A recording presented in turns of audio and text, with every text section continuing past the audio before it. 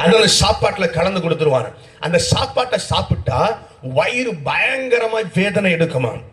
சொல்லுங்க பார்க்கலாம். ஆகவே தான் தாவீது சொல்லுகிறான், என் ஆகாரத்துல எனக்கு கசப்பு கலந்து கொடுத்தார்கள்.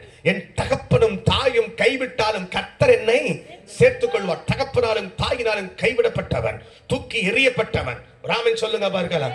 சகோதரர்கள் அவனை ஒரு சகோதரர்களாகவே நினைக்கவில்லை. ஆகவே தான் சொல்லுகிறான், என் சகோதரருக்கு நான் வேற்று மனுஷனானேன், அந்நியனை போல எண்ணப்பட்டேன், சத்துருக்களானேன். அவன் தகப்பன் அவனை குறித்து, தாவீதை குறித்து தன் சகோதரர்களுக்கு அவன் தேவையற்ற காரியங்களை சொன்னபடியினால் அவன் சகோதரர்கள் அவனை ஒரு பகைவனை போல, வேற்று மனுஷனை போல பார்த்து கொண்டிருந்தார்கள். கைது குரலிலே சத்தமா சொல்லுவீங்களா? சத்தமோர் அல்லேலூயா, சத்தமோர் அல்லேலூயா, ஹalleluya, ஆமென். ஆகவே அது மட்டுமல்ல, அந்த வீட்டில் இருக்கிற வேலைக்காரங்க வேலைகளை முடித்துட்டு வந்து மதுபானங்களை குடிக்கும் பொழுது அவர்களுடைய கொண்டாட்டத்திற்காக அந்த மதுபான கழிப்பிலே மனம் மகிழும்படி ஸ்தோத்திரம் தாவீதை பரிகாசம் பண்ணி கேலி செய்து அதிலே தான் அவர்கள் மகிழ்ச்சி அடைவார்களாம். ஆகவே தான் அவன் எழுதியிருக்கிறான், நான் மதுபானம் பண்ணுகிறவர்களின் பாடலானேன். அவனுக்கு நிம்மதியே வீட்டுல கிடையாது. வீட்டுக்கு வரணும்னாலே அவனுக்கு இஷ்டம் கிடையாது. வீட்டுக்குள்ள வரணும்னாலே அவன் ஸ்தோத்திரம் அவனுக்கு அவன் விருப்பம் கிடையாது. பயம், என்ன நடக்கும் தெரியாது, யார் தன்னை அடிப்பாங்கன்னு தெரியாது, யார் பரிகாசம் பண்ணுவாங்கன்னு தெரியாது, யார் ஏளனம் பண்ணுவாங்கன்னு தெரியாது, யார் அவன் தகப்பன் என்ன பண்ணுவான்னு தெரியாது. தகவ மூஞ்சில பட்டா அவ்வளவுதான். வெளியே சொல்லுங்க பார்க்கலாம்.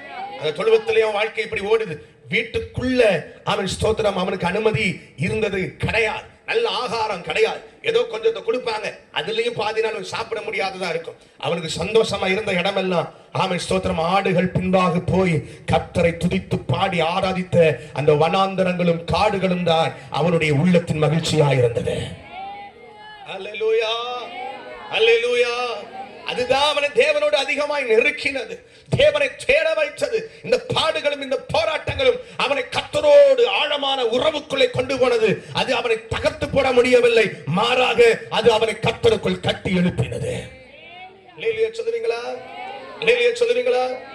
ஆமென்.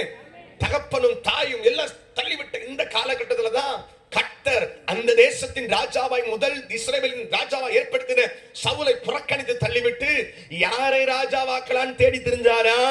தேடும் பொழுது யாரை கண்டுபிடித்தாரா?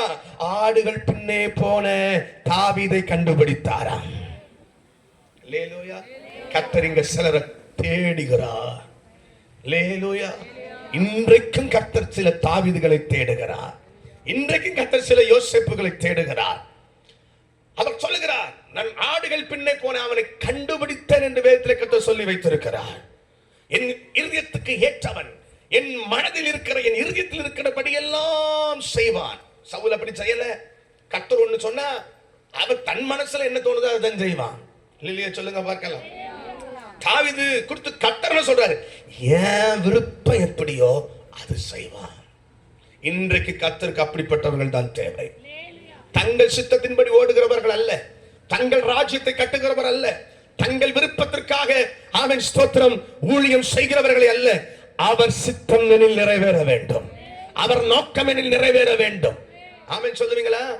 நான் ரட்சிக்காம பிறந்ததே பாஸ்டர் வீட்டுலங்கிறதுனால நிறைய காரியங்கள் நமக்கு சொல்லி கொடுத்துருப்பாங்க. அதுல முக்கியமா எங்க வீட்டுல சொல்லி கொடுத்த காரியம், நீ ஒரு ஆத்மாவை ரட்சித்தா அவன் ஸ்தோத்திரம் பரலோகத்தின் கிரீடத்துல உனக்கு அவங்க எப்படி இருப்பாங்க? முத்தா இருப்பாங்க. அல்லேலூயா சொல்லுங்க. இப்ப நான் நிறைய ஆத்மா ஜோமன் ஆரம்பிச்சேன். ரட்சிக்கப்பட்ட 19 வயசுல ஊழியம் செய்ய ஆரம்பிச்சேன். 35 வயசு, 16 வருஷம் கர்த்தர் கிருபை ஊழியத்துல பயன்படுத்துறேன். ஆமென் ஸ்தோத்திரம். ரட்சிக்கப்பட்டு ஊழியம் ஆரம்பிச்ச பிறகு ஜெபிக்க ஆரம்பிச்சேன். ஆண்டவரே எனக்கு நிறைய ஆத்மா தாங்க, நிறைய ஆத்மா தாங்க, நிறைய ஆத்மா தாங்க. அழுது அழுது அழுது அழுது பல இரவு ரூம் போட்டுட்டு அழுதுகிட்டே இருப்பேன், தூங்க மாட்டேன்.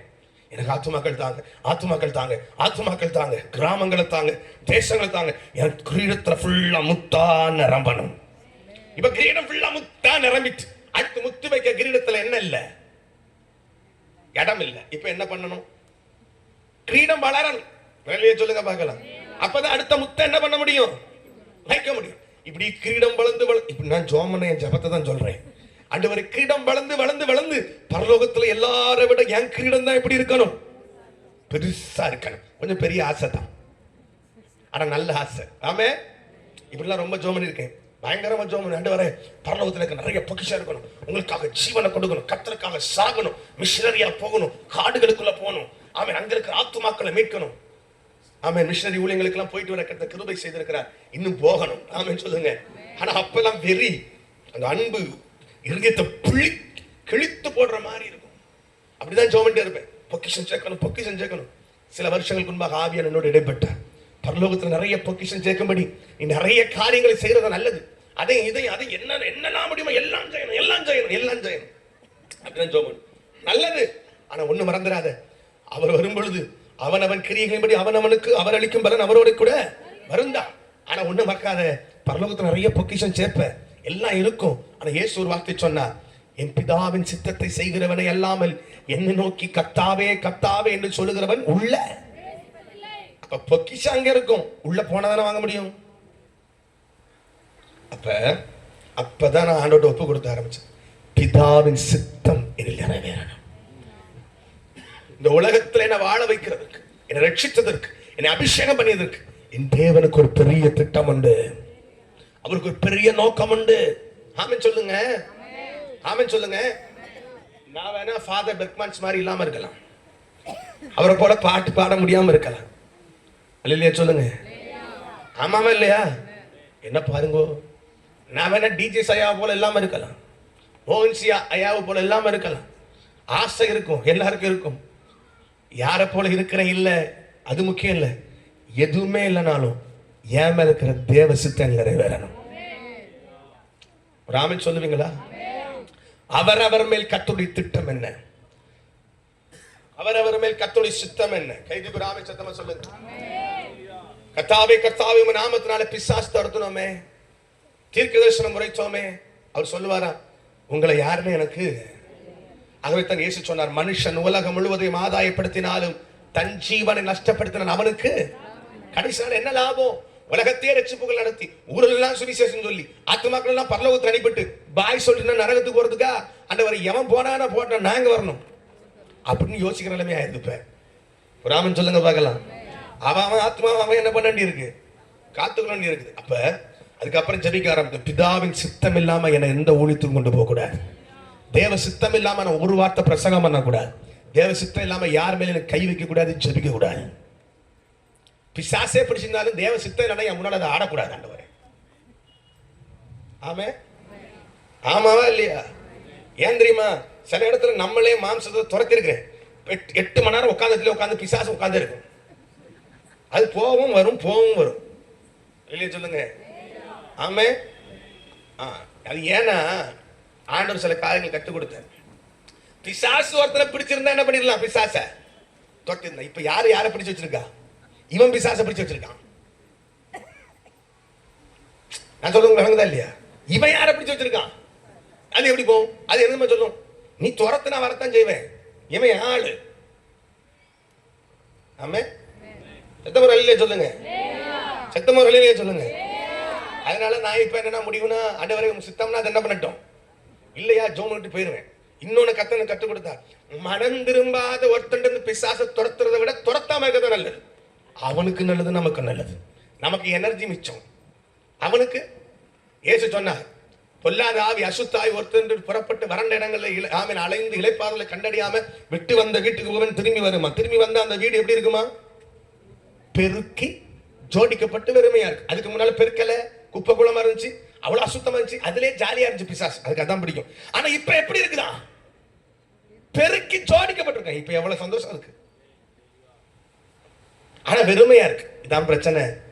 நம்முடைய வாழ்க்கையில ஆவிக்குரிய வெறுமை பிசாசுக்கு இடத்தை கொண்டு வரும். அபிஷேகத்துல குறைவு. அபிஷேகம் இல்லாம இருக்கு, வசனம் இல்லாம இருக்கு, குறைவு. ராமன் சொல்லுங்க பார்க்கலாம். சரி, அப்ப தாவீதோட விஷயத்தை முடிச்சுட்டுங்க வா. தாவீத புறக்கணித்து போட்டிருக்கப்போ கர்த்தர் சாமுவேல்ட்ட சொல்றார், எதுக்காக நீ எந்த மட்டும் சவுலுக்காக துக்கப்படுவ, மனஸ்தாபப்படுவ, தைலத்தால் நிரப்பிட்டு வா, ஈசாய் வீட்டுக்கு போ, அங்க ஒருத்தர் ராஜாவை தெரிஞ்சிருக்கிறேன், அபிஷேகம் பண்ணு, அவன் குமாரன் ஒருவனை தெரிந்து கொண்டிருக்கேன். சாமுவேல் வந்துட்டார், ஈசாய் வருகிறார். நமக்கு சம்பவம் தெரியும். ஒவ்வொருத்தனா அவனுடைய சகோதரர்கள் முன்னே கொண்டு வரப்படுகிறார்கள். சாமுவேல் நினைக்கிறார் இவனத்தான் இருக்கும், இவனை பார்த்தா அவன் சோதரர் ஒவ்வொருத்தனும் ஒவ்வொருத்தனுக்கு சமைத்தவன் இல்ல. ஒவ்வொருவனை பார்க்கும்போது சாமுவேலுக்கு எப்படி தோன்றுது, இவன் தான் இருக்கும், இவனாத்தான் இருக்கும், அவராத்தான் இருக்கும், பயங்கரமா இருக்குப்பா. நம்மள மாதிரி தான் சாமுவேலும் யோசித்திருக்கிறார். ஆமென் சொல்லுங்களேன். நல்ல பெரிய தாடி வச்சுட்டு ஒரு பாஸ்டர் வந்தா, பெரிய பாஸ்டர் பயங்கரமா இருந்தார். ஆமா, சித்தம் ராமன் சொல்லுங்க. மனுஷன் முகத்தை பார்க்கிறான், தேவனோ. அப்ப சாமுவேலுக்கே ஒரு தீர்க்கதரிசிக்கு ஒண்ணும் விளங்கல. கர்த்தர், நான் சொல்றேன் யாரும் முதல்ல சொல்ல வேண்டியதானே. இப்ப சாமுவேல் கேட்கிறார், இவ்வளவுதான் உனக்கு பிள்ளைகளா? அப்பதான் ஈசாய் சொல்றாரு, இல்ல எல்லாருக்கும் இளைஞர் ஒருத்தர் இருக்கிறான். அவன் எங்க இருக்கிறான்? காட்டிலே ஆடுமேட்டு. அப்ப வீட்டுல நடக்கிற விருந்து சாதாரண விருந்தா? ஒரு திருமணமா? அங்க நடக்கிறது என்ன தெரியுமா? தேசத்தின் ராஜாவை அபிஷேகம் பண்ற விருந்து. எவ்வளவு பெரிய காரியம்! இதற்கு தன்னுடைய மகனை யார் கூப்பிடல? எவ்வளவு புறக்கணிக்கப்பட்டவன், வேண்டாம் என்று ஒதுக்கப்பட்டவன் தாவீதுன்னு பாருங்க. அவன லாய்க்கலடா. அங்க அப்பா எப்ப பார்த்தாலும் அவனை பத்தி அப்படிதான் பேசுவான்னு வச்சுக்கோமே. சரி, அவன் வந்தா விளங்காதுடா. இந்த விருந்துக்கு அவன் என்ன பண்ணக்கூடாது? வரக்கூடாது. இன்னைக்கு அநேக குடும்பங்கள்ல சிலர் இப்படிதான் புறக்கணிக்கப்பட்டு கிடக்கிறான், தூக்கி எறியப்பட்டு கிடக்கிறான். இதுக்கு ராமன் சொல்லுங்க பாருங்க. சத்தம் அல்லேலூயா சொல்லுங்க பாருங்க. சத்தம் ராமன் சொல்லுங்க பாருங்க. ஹalleluya. புறக்கணிக்கப்பட்டு கிடக்கிற அவனை. அப்ப சாமுவேல் வந்தப்போ அவனை அழைத்து வர சொல்றார். அவன் வராமல் நான் பந்தியில இருக்க மாட்டேன். இப்ப என்ன கவனிக்கணும். தாவீது வர்ற, தாவீது வந்தோன்னு சாமுவேல் எழும்பி நிற்கிறார். அவங்க வீட்டில் அவங்க அப்பா கூட பிறந்தவங்க எல்லாம் நிற்கிறாங்க. முத தாவீது எங்க வர்றாரு? வீட்டு ரூம்குள்ள ஏறி வர்றாரு. இப்ப அவங்க அப்பா, அவங்க அம்மா, சகோதரர்கள் தலையெல்லாம் எப்ப போயிருக்கு? எங்க போயிருக்கும்? ராமன் சொல்லுங்க பார்க்கலாம். சத்தமுர் அல்லேலூயா. சத்தமுர் ராமன். இவனா இவன் ராஜாவா? இத்தனை வருஷம் பிறந்தவன் தூக்கி எறியப்பட்ட ஒருவன், வேண்டாம் என்று தூக்கி எறியப்பட்ட ஒருவன் இன்னைக்கு யாரா அபிஷேகம் பண்ணப்பட போறானா? இப்ப என்ன கவனிக்கணும். நான் கேட்கிறேன், கர்த்தர் சாமுவேல அபிஷேகம் பண்ண அனுப்பினப்ப யார் வீட்டுக்கு போக சொன்னாரு? ஈசாயின் வீடு. யார் வீடு? ஈசாய்ங்கிற பேரை சொன்ன கர்த்தருக்கு ஈசாயின் மகனாகிய தாவீதுன்னு சொல்ல தெரியாதா? இல்ல ஈசாயின் கடைசி மகன் சொல்ல தெரியாதா? இங்க இவனை வர வச்சு ஒவ்வொருத்தனா வர்றாவா, ஒவ்வொருத்தனையும் அவங்க அப்பா முன்னால கொண்டு பொண்ணு பார்க்க நிப்பாட்ட சாமுவேல் பார்த்து இவனா தான் இருக்குன்னு சொல்ல. அதுக்கப்புறம் கர்த்தர் சொல்ல, இவன் இல்லை, இவனை என்ன பண்ணிட்டேன்? ஒவ்வொருத்தன் இல்லப்பா, உன்னை கர்த்தர் புறக்கணிச்ச, நீ ரிஜெக்ட். அவனை அடுத்தவனை கொண்டு வர, அவனை பார்த்து இவனா இருக்குன்னு சாமுவேல் சொல்ல, பின்ன கர்த்தர் சொல்ல இவன் இல்ல, அவனை புறக்கணித்தன்னு சொல்ல, இவர் ரிஜெக்ட்னு சொல்ல. வாழ்க்கை ஃபுல்லா ரிஜெக்டடா கிடந்தது யாரு? இப்ப தாவீது. எல்லாரையும் கர்த்தர் ரிஜெக்ட் பண்ணிட்டு வாழ்க்கை ஃபுல்லா புறக்கணிக்கப்பட்ட அவனை அவர்கள் முன்பாக கர்த்தர் உயர்த்தினார். அல்லேலூயா. அந்த இடத்துல கர்த்தர் பேரை சொல்லாம தாவீதை உயர்த்துவதற்காக கர்த்தர் எவ்வளவு ஸ்கிரீன் பிளே விளையாடுறாரு பாருங்க.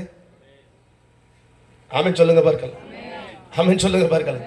அவன் சொல்லுகிறான், என் சத்துருக்களுக்கு முன்பாக எனக்கு ஒரு பந்தி. யார சத்துருன்னு சொல்றான்? இத்தனை நாள் இவன் சத்துருவா பார்க்கல, ஆனா இவனை அவர்கள் எப்படி பார்த்தார்கள்? சத்துருவா. அவர்கள் கண் முன்பாக இதுவரைக்கும் வாழ்க்கையில பந்தி என்னன்னு தெரியாத தாவீது, வீட்டுல நடந்த ஒரு ஃபங்க்ஷனுக்கும் பந்திக்கு அழைக்கப்படாத தாவீது, வீட்டுக்குள்ள சாப்பாடு கொடுக்கப்படாம வெளியே ஒரு தட்டுல நாய்க்கு போறது போல தூக்கி எறியப்பட்டு அதுலயும் நல்ல சாப்பாடு கொடுக்கப்படாம கசப்ப கலந்து அவனை வேதனைப்படுத்தப்பட்ட தாவீதுக்கு இப்ப சொல்றான், என் சத்துருக்களுக்கு முன்பாக எனக்கு. அதை கர்த்தர் தான் வாழ்க்கையில அவனுக்கு முதல் பந்தியை கொடுத்தார். ஆமென் சொல்லுவீங்களா? உனக்கு யாரும் பந்தி கொடுக்க மாட்டான், சொந்தக்காரன் கொடுக்க மாட்டான், கூட பிறந்தவன் கொடுக்க மாட்டான். யார் உன்னை புறக்கணித்து இருந்தாலும் உனக்கு பந்தி கொடுக்கிற ஒருவர் இருக்கிறார், உன் தலையை உயர்த்துகிறவர் ஒருவர் இருக்கிறார். சத்தம் ராமன் சொல்லுங்களேன். நான் சொல்றேன், இப்ப தாவீதோட ஃபீலிங் எப்படி இருந்துக்குன்னு யோசிச்சு பாருங்க. இத்தனை பேர் முன்னால சாமுவேல் எழும்பி நின்று தைல கொம்பு எடுத்து அபிஷேகம் பண்ணி, இவர் சாப்பிடாம நான் பந்தியில டேபிள பந்திய போட்டு பாத்திரத்தை வச்சு சாப்பாட போறேன். தாவீது சொல்லுகிறான், என் பாத்திரம் அப்படின்னு என்ன அர்த்தம்? அபிஷேகத்தினால. அப்படியா? தலையில ஊத்துனது எப்படி பாத்திரத்துல வந்துச்சு? அவன் சொல்றது என்ன தெரியுமா? என்ன அபிஷேகம் பண்றது, இது வரைக்கும் ஒரு சின்ன பிளேட்ல நல்ல சாப்பாடு கொடுக்கல, இன்னைக்கு எம்மனால இத்தனை பாத்திரம் சாப்பிட சாப்பிட சாமி சொல்ற போடுறா ராஜாவுக்கு, திராட்சரசத்தை ஊத்துடா, குறையுது குறைய விடாதடா, ஊத்துடா, வழியா ஊத்துடா, நிறைய ஊத்துடா. இவருடைய ஆகாரத்தின் பாத்திரம் நிரம்பி வழிகிறது. வாழ்க்கையில முதல் முறையா நம்ம அது அபிஷேகத்தின் நிறைந்து வழிகிறது நம்ம எடுத்திருக்கிறோம். அதுவும் உண்மைதான், இல்லைன்னு இல்லை. ராமன் சொல்லுவீங்களா? அப்படின்னு என்ன அர்த்தம்? ஒரு சத்துருக்கள் கண்காண உன்னை கர்த்தர் ஆசீர்வாதங்களால் நிரம்பி வழிய பண்ணுவார், நன்மைகளால் நிரம்பி வழிய பண்ணுவார், மேன்மைகளால் நிரம்பி வழிய பண்ணுவார். கைதிக்கு ஒரு அல்லேலூயா சொல்லுங்களா, சத்தம் ஒரு அல்லேலூயா.